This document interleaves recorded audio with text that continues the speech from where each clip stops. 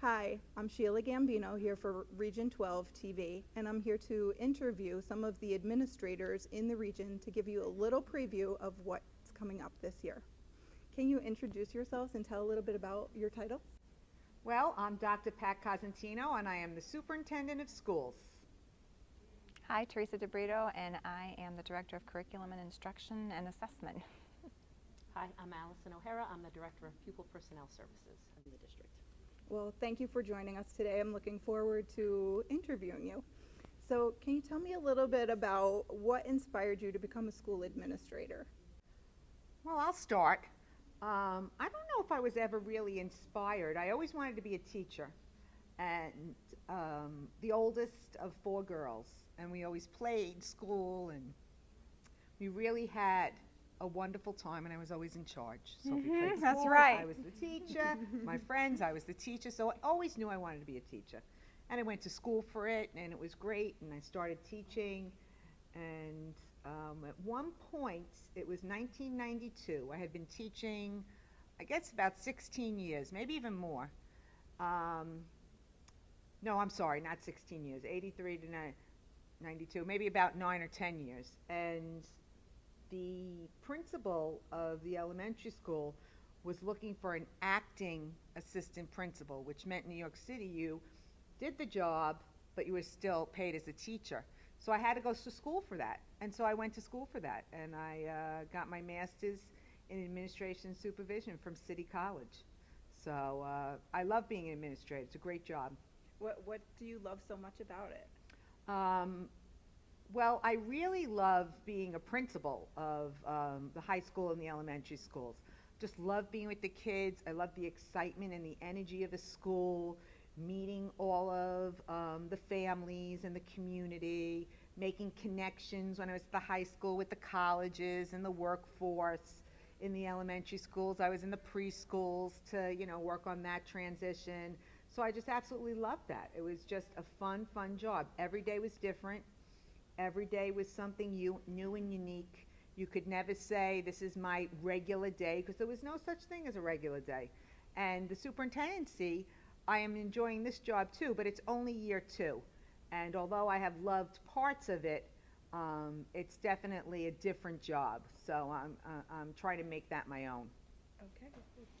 Well, I had a great experience as a student, and so I had many teachers that inspired me, and I felt like it was my calling, and so I was very excited to become a teacher.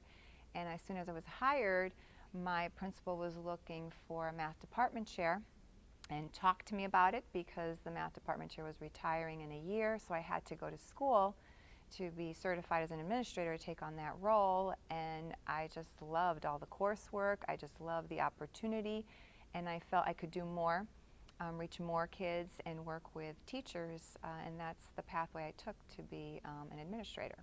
That's really interesting. And I understand that you still love the coursework because you're in a program of preparation for another position right now. Can you tell us a little bit about your academic training? I just completed the UConn program for my 093, which is the certification for superintendency. So that was, you're right, that was quite an experience, learned a lot, and it just keeps you up to date with everything that's happening and all the research and what matters in the classroom. And so, yep, I just finished it. That's great. Congratulations. Thanks. And I agree. I am a lifelong learner myself. Mm-hmm. And it's always good to have as many certifications as you can, because you never know when a job will open. It really is. It really is important. Much like the other two ladies, I found a passion for teaching very early. Also played school with my siblings, but really fell into teaching, I think, from my athletics. I was a swimmer, and my first job as a teenager was coaching a swim team.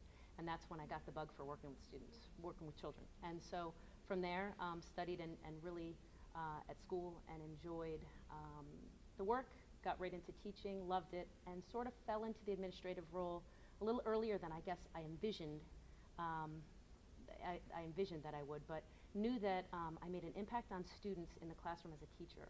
Knew that as an administrator I could make a greater impact on more students in an administrative role over the course of a year. So I met a man that I in the northwest corner of the state, and got married, and found myself finding a great job as as an administrator locally, and going from there. But I think truly enjoyed the teaching experience, and now have found a real passion for leadership. That's great. So, can you tell me a little bit about your individual roles in Region 12 this year, and what that work will entail? If you want to start it. Well, because I'm in this new role Right. at Central Office, it is my first time working at Central Office, and it's exciting.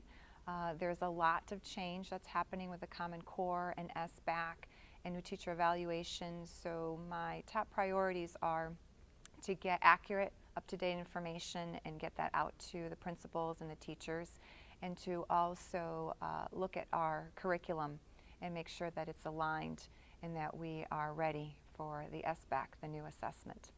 Well, that sounds like a really big job. It is a big job.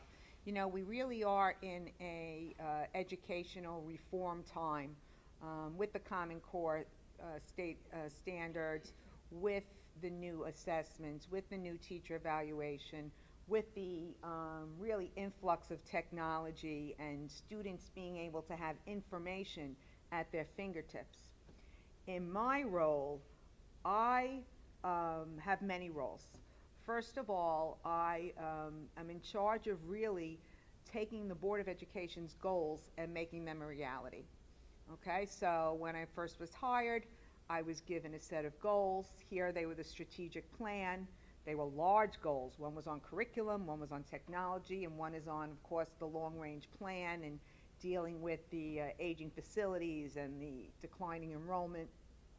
So really putting into place a plan to address those roles. And they're large, and you have to be able to multitask and manage them and put people into place who are going to take pieces and make sure that they achieve their little goals, so that we come together and we, you know, achieve those larger goals. So it's really important to have people in our schools who are hardworking, enthusiastic, positive, and understand the goal and believe in it and are willing to move our system in that direction. So with that then comes budgets and special education laws and dealing with state mandates and all of those things. So it's a big job. It's a big job. But I think in any job you have in education, it's really about the people, and it's about making relationships and building trust so that you're all working together. So that's what I'm really trying to do. Wow, that's great. Allie, has your job changed at all since last year? And if so, what will the new role be that you'll fulfill?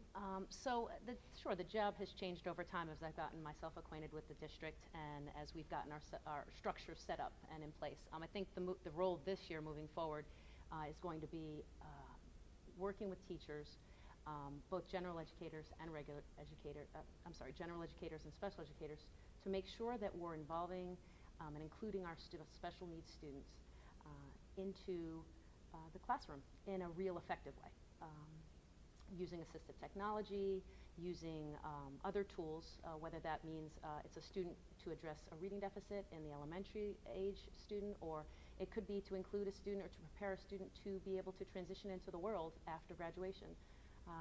So there's quite a few things as well in the role. There's also state mandates and rules around laws that have new regulations that have changed. But the real focus for me this year, which is helpful I think and exciting, is that we're now going to work with teachers in a more direct fashion to make sure that students are achieving as much as they possibly can. That's excellent. If we were sitting here a year from now celebrating success, what would that look like to you? For me, that would mean that students, a couple of different things. Students that are graduating know what's happening the next day. Mm-hmm. They have a plan, whether that's they're going on to college, whether that's they're going to do something transitional, whether that's they're walking into a job. I think that would be a very successful year.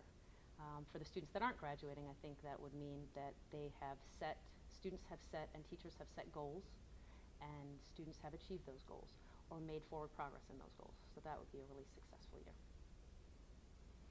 For me, I would say that getting through the angst that may exist with the new teacher evaluation and the pressures of the change in the assessments that are heading in our direction, making sure that all the curriculum is aligned, that teachers are comfortable and understand the changes that are coming, and that is impacted in the classroom, and so that we see that change happening in instruction, and that we just maintain a calmness, and that we're all working together. And it is a learning curve for all of us because there's so much difference in what we're expected to do. So it's just supporting everybody to get us through that. That would be great. And I agree with both Allie and Teresa, and I'll add really the continuous improvement model for every person that we touch, whether it's the administrative team, teachers, students, parents, always getting better, willing to really, put yourself out there so that you are stretching yourself, you're taking risks, and you're looking, and really, forming some goals so that you can get better in everything you do. And, that the issue of when Chapag graduates leave, they are either college or career ready, and they have that plan, and that's really, really important. That's why we're here. That's our main, to improve instruction and to get students to be successful. So that would really be a wonderful achievement. Wow, that's great. Allie, has your job changed at all since last year? And if so, what will the new role be that you'll Sure, the job has changed over time as I've gotten myself acquainted with the district and as we've gotten our structure set up and in place. I think the role this year moving forward is going to be working with teachers, both general educators and general educators and special educators, to make sure that we're involving and including our special needs students into the classroom in a real effective way. Using assistive technology, using other tools, whether that means it's a student to address a reading deficit in the elementary age student, or it could be to include a student or to prepare a student to be able to transition into the world after graduation. So there's quite a few things as well in the role. There's also state mandates and rules around laws that have new regulations that have changed. But the real focus for me this year, which is helpful, I think, and exciting, is that we're now going to work with teachers in a more direct fashion to make sure that students are achieving as much as they possibly can. If we were sitting here a year from now celebrating success, what would that look like to you? For me, that would mean that students, a couple of different things. Students that are graduating know what's happening the next day. Mm-hmm. They have a plan. Whether that's they're going out of college, whether that's they're going to do something transitional, whether that's they're walking into a job. I think that would be a very successful year. For the students that aren't graduating, I think that would mean that students have set and teachers have set goals, and students have achieved those goals or made forward progress in those goals. So that would be a really successful year. For me, I would say that getting through the angst that may exist with the new teacher evaluation and the pressures of the change in the assessments that are heading in our direction, making sure that all the curriculum is aligned, that teachers are comfortable and understand the changes that are coming, and that is impacted in the classroom, and so that we see that change happening in instruction, and that we just maintain a calmness, and that we're all working together. And it is a learning curve for all of us because there's so much difference in what we're expected to do. So it's just supporting everybody to get us through that. That would be great. And I agree with both Allie and Teresa, and I'll add really the continuous improvement model for every person that we touch, whether it's the administrative team, teachers, students, parents, always getting better, willing to really, put yourself out there so that you are stretching yourself, you're taking risks, and you're looking, and really, forming some goals so that you can get better in everything you do. And, you know, that the issue of when Chapag graduates leave, they are either college or career ready, and they have that plan, and that's really, really important. You know, that's why we're here. That's our main, to improve instruction and to get students to be successful. So that would really be a wonderful achievement. Okay, so if you could give students, parents, or teachers a word of advice for how to achieve what we are classifying as success, what would you say to one of those groups, or all of the groups, if you so choose? I think I would say stay involved, communicate, and advocate for your student, or the student for themselves. I think the more opportunities there are to say, for the student to say what they want to do, it helps us plan for them moving forward. I would definitely agree with that and add that people should ask questions. Don't hesitate to get clearer information, because there's so much information coming out that we want people to be able to process it and make sense of it. And so in addition to communicating and staying involved is to ask probing questions, so that if there's anything that's not clear, we can, start on a better pathway. I'm thinking of, first of all, how I end my newsletter every week, which is practice an attitude of gratitude, and that every day is a gift. I really think sometimes we get in the mud and we forget that, and we forget how fortunate we are to live in such a beautiful community and work in such a beautiful community, and that the problems that we see maybe aren't, as problematic as we may sometimes think. The other thing I want to say is that there really is no substitute for working hard. Okay? You have to come to school every day prepared to work hard. And when you leave Chapag, you have to be prepared to work hard outside in the real world.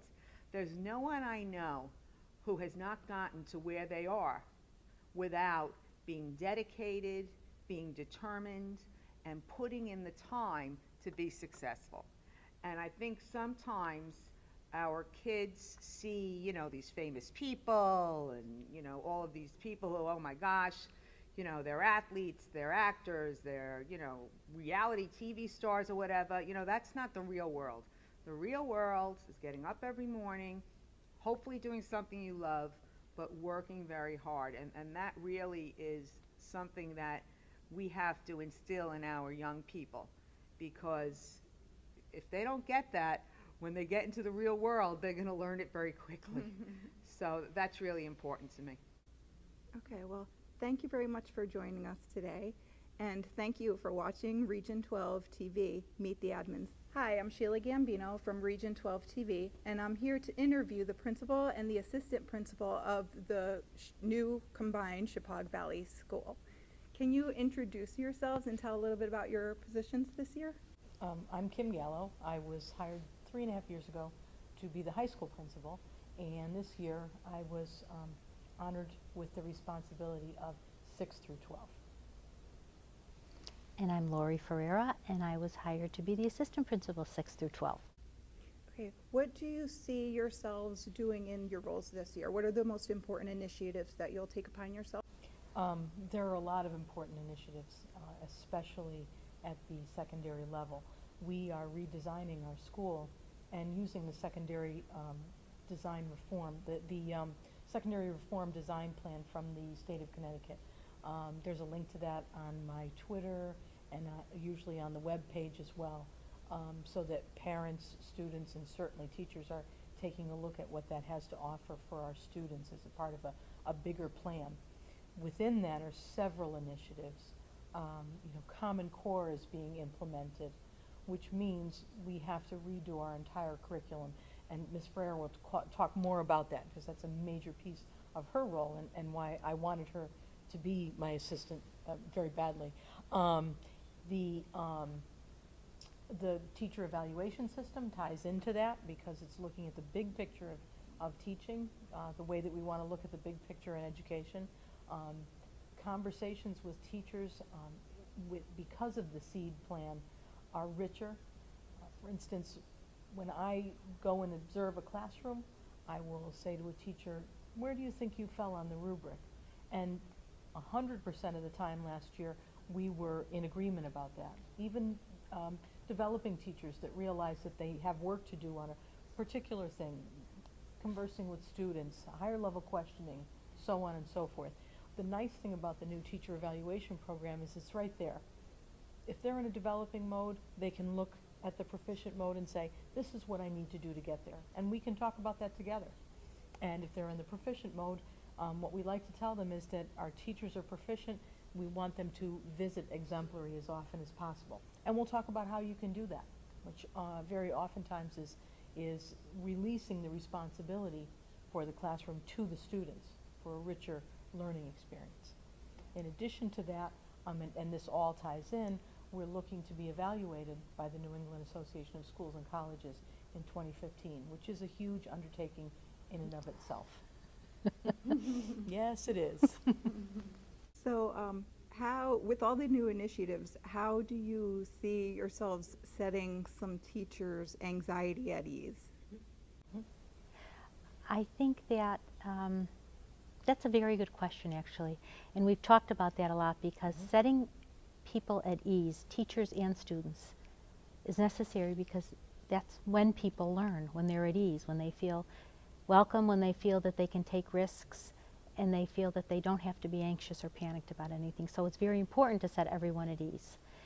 And as far as the work I do, I think one of my primary responsibilities is to make sure I know all the initiatives inside and out so that I know how to streamline the work, how to train teachers to do the work in an efficient and effective way, but efficient is important, just as important as effective.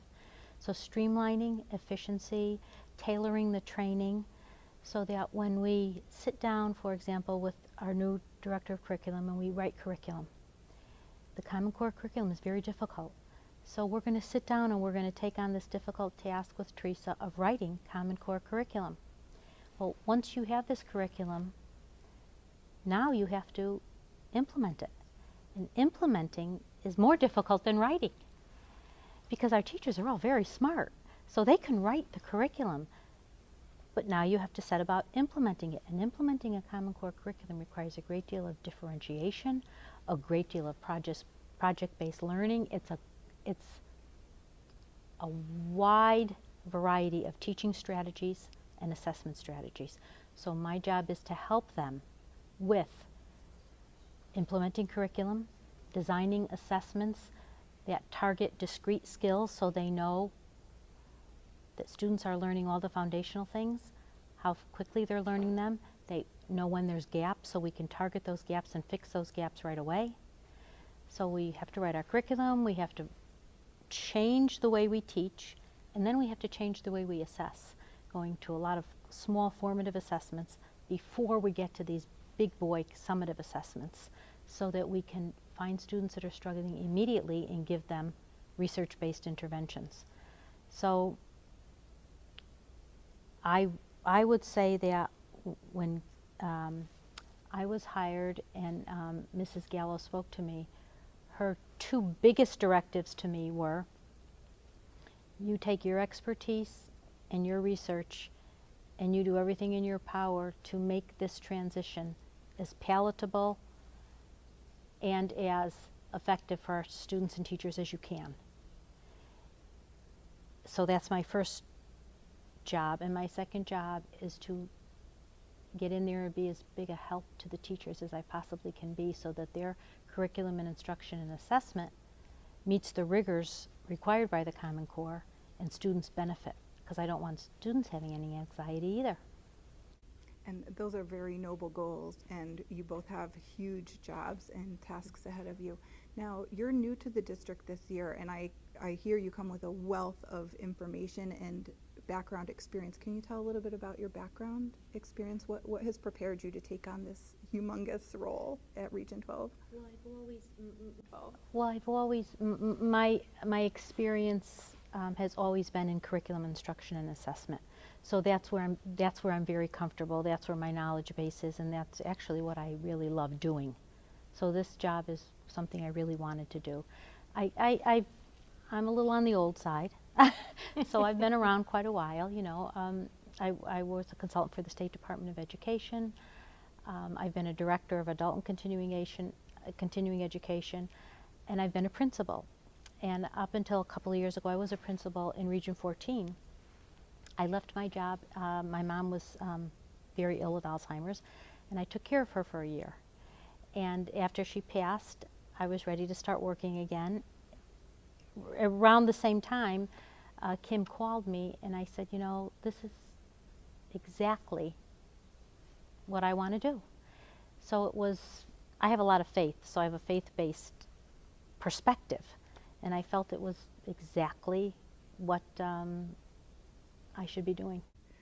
So if you could give one word of advice or a couple words of advice to the parents or the teachers or the students of Region 12 for a successful school year, what would you say to one or all of the groups? It's a great question. I think, being realistic, I'd say hold on to your hats because we've got a lot going on. But know that there are people that are right next to you helping you to hold on to that hat. And that everything that we've done this summer has been to plan very carefully and very methodically for helping you hold on to those hats while we head into several storms.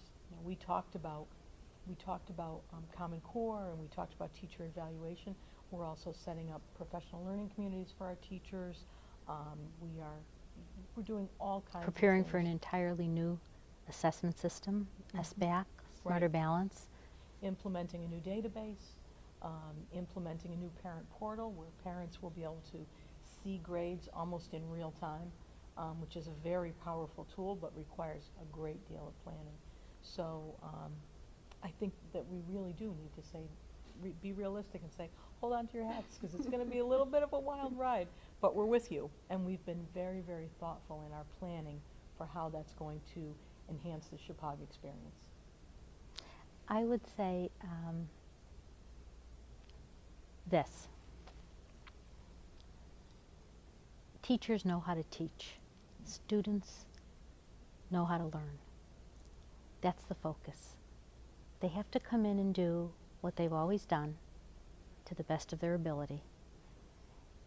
They have to embrace change, but they have to understand that all this change that's taking place on the outskirts doesn't change the primary focus of teaching and learning. That's a great And from point. an ethical perspective, if they continue to do their best,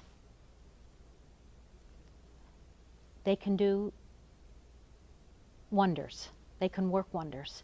And we'll recognize that. And all these other things will affect them, but they will affect them with purposeful planning and support so that they can keep their eye on the prize, which is student achievement. So that's why we're holding on to our hats so they don't have to, or so they, as little as possible, impacts them in any negative way. We want the focus to be teaching and learning for everybody in the building. Thank you so much for joining us today. It was a pleasure to speak with you. You heard it here on Region 12 TV, words of encouragement and words, a little sneak peek into new initiatives for this coming up school year. And as you heard it here, it's going to be a wild ride, so hold on to your hats.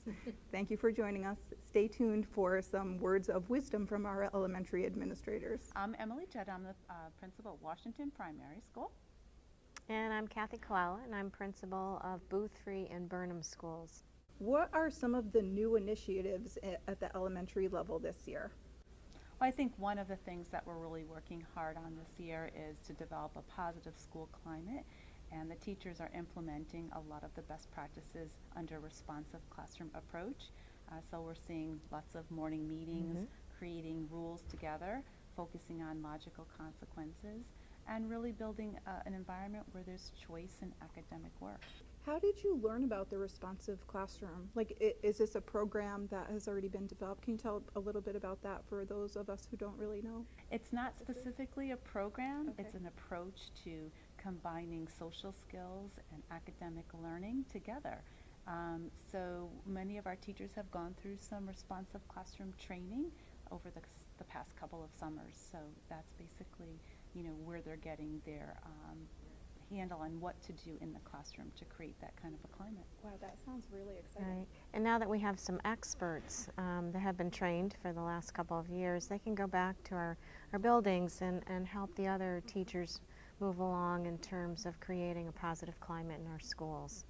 I know also we've done a little bit of work this year on the school's mission and vision. Can you say a couple of words about that? Because Emily, I know you were really involved in developing the plan for us to come up with this. Well, I think that all of us have always had a mission and vision for our schools as well as for the district, but oftentimes we tend not to take a moment to reflect on it and to think about where are we now and how we need to revise it. So I think the district is going through that type of revision.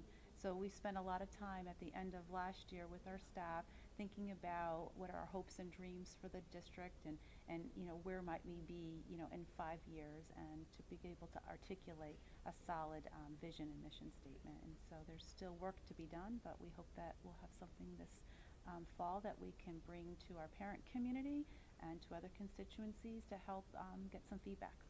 And this is sort of the perfect timing to do that. And with Emily's expertise, it really is making that transition with academics changing in the Common Core and our vision as in general in our district to move forward in a very positive way. Well, what types of background experience do you have that enabled you to take on these huge challenges and to run elementary schools? Can you tell a little bit about your experiences, life experiences or academic experiences?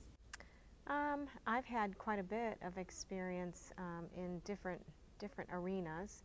I've taught at a wide variety of different levels and certainly have had experience at the elementary level being the lead teacher, which really brought me into this opportunity or employment opportunity, and loved it. Taking on different initiatives and taking that lead, but yet still being able to work with the adults in the environment as well as being in classrooms with little children. There's nothing better than that. I know some people actually even say that being an elementary principal is the best job in the world. It is.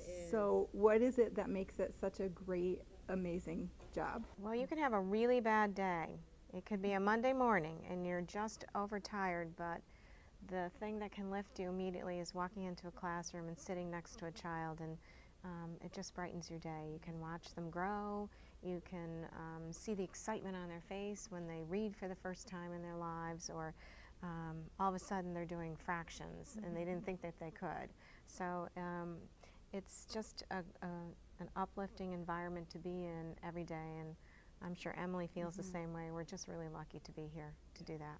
I totally understand also because the middle school students make me feel the Yes. same. Yeah, I know, But yeah. I think too, you know, here we have just a really special quality in that we as administrators really get to know the children here.